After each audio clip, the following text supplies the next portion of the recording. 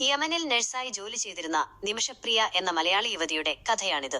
സ്വന്തമായി ഒരു ക്ലിനിക്ക് തുടങ്ങാൻ ആഗ്രഹിച്ച നിമിഷക്ക് അതിന് നിയമപരമായി ഒരു പങ്കാളി ആവശ്യമായിരുന്നു.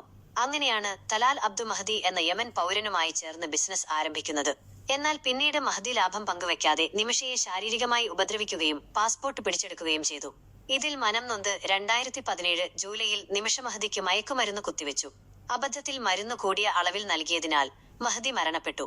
തുടർന്ന് നിമിഷയും സുഹൃത്തും ചേർന്ന് മൃതദേഹം കഷ്ണങ്ങളാക്കി വാട്ടർ ടാങ്കിൽ ഒളിപ്പിച്ചു. ഈ കേസിൽ 2020 യമൻ കോടതി നിമിഷയ്ക്ക് വധശിക്ഷ വിധിച്ചു.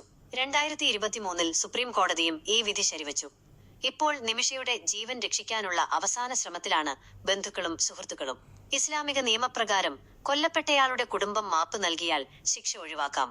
ഇതിനായി $1 മില്യൺ 8.5 കോടി രൂപ നൽകാൻ തയ്യാറാണെന്ന് നിമിഷയുടെ ബന്ധുക്കൾ അറിയിച്ചിട്ടുണ്ട്.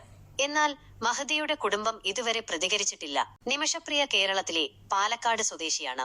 സാമ്പത്തികമായി പിന്നോക്കം നിൽക്കുന്ന കുടുംബത്തിൽ ജനിച്ച അവർ നഴ്സിംഗ് പഠിച്ച് 2008 യമനിൽ ജോലിക്കെത്തി. അവിടെ സ്വന്തമായി ക്ലിനിക്ക് തുടങ്ങാൻ ആഗ്രഹിച്ചെങ്കിലും നിയമപരമായി ഒരു പങ്കാളിയുടെ സഹായം ആവശ്യമായിരുന്നു. അങ്ങനെയാണ് തലാൽ അബ്ദു മഹദി എന്ന യമൻ പൗരനുമായി ചേർന്ന് ബിസിനസ് ആരംഭിക്കുന്നത്.